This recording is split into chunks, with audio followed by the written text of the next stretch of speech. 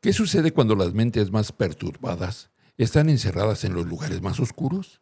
En las profundidades de la historia, los hospitales psiquiátricos han sido testigos de tormentos mentales, sufrimiento y, según algunos, fuerzas que escapan a la comprensión humana. Estos centros, originalmente destinados a curar, han sido escenarios de pesadillas que van más allá de lo físico. Voces que susurran en la noche, sombras que parecen moverse por voluntad propia y entidades que acechan en cada rincón oscuro. Hoy te contaré la historia que me envió uno de nuestros suscriptores. Espero que la disfrutes. Ya han pasado 10 años de aquel suceso, pero lo recuerdo claramente, pues es la experiencia más aterradora que he vivido. Era mi último año en la Facultad de Comunicación y todo era perfecto. Fotografía y edición eran mi materia favorita y aunque demandaba mucho de mi tiempo, me encantaba estar viviendo el sueño que tuve desde niño, ser reportero. Los proyectos finales se acercaban y uno de los que más me emocionaba era el de esa materia, pues debíamos poner en práctica todo lo que habíamos aprendido durante el semestre. Sinceramente, era muy bueno en eso. Siempre tenía las mejores notas, pero esta vez no sabía sobre qué hacer mi proyecto. El proyecto era en equipos y teníamos que hacer un tema en video acerca de algún tema interesante y principalmente captar la esencia de algún lugar que debía tener mucha historia que contar. Mis amigos y yo habíamos pensado en un ex museo. Iba a ser increíble retratar cada detalle, pero el encargado nos dijo a última hora que nuestra propuesta había sido descartada, así que teníamos que encontrar otro lugar. Al llegar al departamento, le conté a mi novia sobre aquel inconveniente. Ella se quedó pensando un rato y después me comentó que le habían contado sobre un hospital psiquiátrico abandonado en las afueras de la ciudad, que tenía una gran historia, puesto que había sido el más popular en los años 70. A ella le encantaban las historias de terror y por eso sabía demasiado acerca de ese tema. Aunque para ser sinceros, a mí no me gustaban mucho esos temas, era escéptico y me parecía ridículo pensar en objetos que se mueven solos o en fantasmas.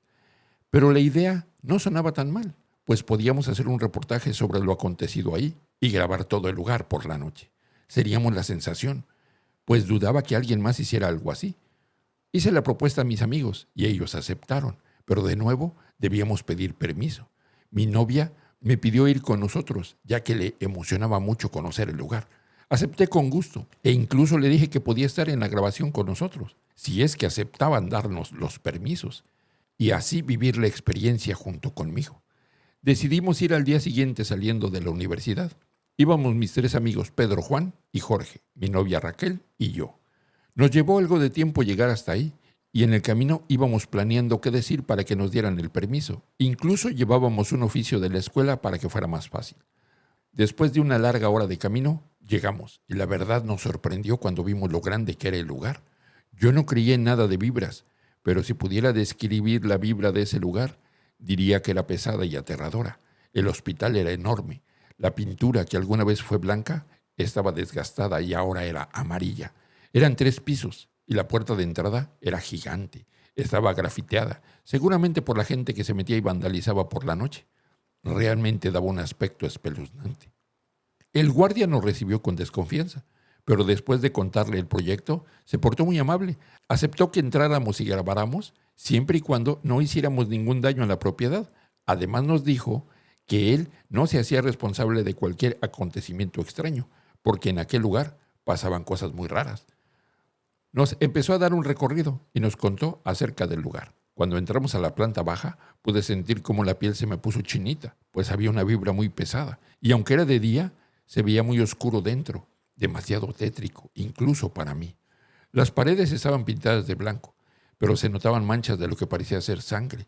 La recepción tenía una computadora y un teléfono muy viejos, todos llenos de polvo, así como papeles, los que parecían ser expedientes, y un libro de visitas, aún abierto con la fecha del 7 de septiembre del año de 1966. El guardia nos llevó a los cuartos. En ellos solo había una cama individual y una pequeña mesita de noche al lado. La pintura de estos era diferente. Estaban pintados de un verde opaco. Estaban llenas de rayones por todos lados, dibujos extraños, y algunos tenían grafitis recientes. Después, mientras subíamos las escaleras, el guardia nos contó que ese hospital había sido clausurado en el año de 1970, ya que se practicaban lobotomías y experimentos aterradores a muchos de los pacientes, que definitivamente nunca saldrían, pues quedaban mucho peor que como entraron, o muertos. Experimentaban con los internos a través de electrochoques, de encierros con los miedos más grandes de los enfermos. Los dejaban sin comer, sin agua o sin dormir por días e incluso semanas, con picaduras de insectos a los que algunos eran alérgicos o algunos con operaciones a nivel quirúrgico del cerebro. Cuando llegamos al segundo piso, la tensión comenzó a crecer. En el aire se respiraba terror y desesperación. Aunque nadie dijo nada, estoy seguro de que todos lo sentimos. En esa planta había cuartos como los de abajo, muchísimos más de hecho. También estaban las duchas, los baños que aún estaban sucios y alrededor de 10 consultorios con camillas metálicas, medicamentos e instrumentos quirúrgicos. En estos lugares había fotos de los médicos, así como certificados colgados en las paredes. Pudimos notar que la foto de un médico en particular se repetía en varias ocasiones. Cuando le preguntamos al guardia, nos dijo que aquel hombre había sido el director del lugar y que era quien practicaba los experimentos y las operaciones. En este tipo de hospitales no hay muchas ventanas. Nos explicó que podía darse el caso de suicidios. Solo existían 2 muy grandes y nos contó que todas las noches las cerraban y amanecían abiertas. Al finalizar, nos dijo que el recorrido lo podíamos hacer al día siguiente. Podíamos grabar sin problemas, ya que era su noche libre y nadie nos molestaría. Además, nos iba a prestar unas colchonetas por si queríamos dormir. Y listo, teníamos lo que podía ser el mejor reportaje de la carrera. Una experiencia increíble y aterradora. De regreso todos estábamos muy emocionados. Nos organizamos con lo que llevaríamos. Cámaras que instalaríamos en el lugar, micrófonos y, por supuesto, comida. Al día siguiente, Raquel me ayudaba a preparar lo necesario. Se nos había hecho algo tarde, pues habíamos ido al cine y a comer. Así que íbamos con prisa. Mis amigos llegaron por nosotros y nos fuimos. Íbamos felices, porque sería el pase a no hacer el servicio social. Y además tendríamos buenas notas en nuestra materia favorita. Llegamos y el velador ya nos estaba esperando. Eran las 11 de la noche y se puso contento cuando le dimos la comida que le habíamos comprado. Nos acompañó a instalar las cámaras y no voy a negar que todo se veía muchísimo más aterrador de noche. Por un momento tuve el impulso de salir corriendo, pero no quise verme como un cobarde, aunque después de todo supe que todos ahí sentían lo mismo y me arrepiento de no habernos ido. Instalamos todo, cenamos y el guardia nos deseó buena suerte y se fue a su casa. El lugar era muy grande y había 1000 puertas, así que nos recordó que la única puerta de entrada y salida era la que estaba llena de grafitis. Comenzamos la grabación y el recorrido. Empezamos por la parte de abajo, contando lo que sabíamos del lugar. Caminábamos muy despacio y sonreíamos a la cámara.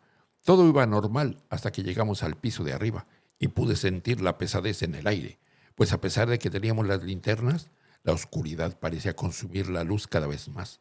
El aspecto de aquel lugar, lleno de camas vacías, de paredes llenas de sangre e instrumentos quirúrgicos, resultaba horrible. Raquel nos dijo que la vibra era mala, puesto que en ese lugar hubo mucho sufrimiento, desesperación y locura. Ya eran las 2 de la mañana y todavía nos faltaba recorrer mucho del lugar, pero ya estábamos muy cansados, así que decidimos dormir 1 hora para reponernos y continuar más adelante. Nos acomodamos en las colchonetas y descansamos. Fue difícil, pues los ruidos provocados por el eco nos ponían nerviosos, pero al cabo de un tiempo el despertador sonó. Nos levantamos y parecía que teníamos aún menos energía que antes. Nadie entendía el por qué. Tomamos algo de agua y decidimos seguir. Llegamos al último piso, pasamos por las 2 ventanas y nos dimos cuenta que estaban abiertas, aunque antes de irse, el velador las había cerrado. Esto, naturalmente, nos causó miedo y no dudamos en decirlo en el video. La grabación quedó increíble. Terminamos alrededor de las 6 de la mañana. Eso es lo que marcaba el reloj, pero lo raro era que aún se veía oscuro, quizás por el edificio, así que decidimos separarnos para ir por las cámaras. Los chicos ya estaban cansados y Raquel estaba nerviosa. Me dijo que ya se quería ir, que tenía miedo, pues había visto una sombra pasar cuando caminó hacia el baño. Yo traté de calmarla y le dije que solo era cuestión de juntar el equipo y después podríamos ir a casa a descansar. Más tranquila, me dio un abrazo y me ayudó a meter el equipo de grabación en la maleta. Después de 1 hora ya estábamos casi todos abajo, solo faltaba Juan. Le gritamos en varias ocasiones, pero fue en vano. Él no respondía. Lo llamamos por teléfono, pero no había señal. Así que decidimos ir a buscarlo. Todos ya queríamos largarnos de ahí e ir a dormir, pero no lo encontrábamos. Así que revisamos las grabaciones en la computadora de la última hora y primero no encontramos nada, pero después de un rato, en el minuto 46, pudimos ver a Juan caminando hacia una de las cámaras hasta que algo invisible lo aventó con fuerza y lo arrastró fuera de ahí. Sorprendidos y muy asustados, pudimos notar cómo se nos ponían los pelos de punta. Raquel empezó a llorar. Estaba aterrorizada. Traté de calmarla, alentando a todos a buscar a Juan, pero a pesar de todos nuestros intentos, no pudimos encontrarlo. Ya había pasado alrededor de 1 hora y media. Ya había amanecido. Debían ser las 7:30 de la mañana y nuestros teléfonos no tenían señal. Teníamos muy poca batería, así que finalmente decidimos salir a buscar ayuda, ya que parecía que el hospital se había tragado a mi amigo y ya no sabíamos qué hacer. Después de eso, escuchamos un grito aterrador, pero no parecía ser de Juan. No lo pensamos 2 veces, así que salimos corriendo del lugar. Fuimos hasta el auto, nuestros corazones latían como nunca y nos marchamos sin siquiera mirar hacia atrás.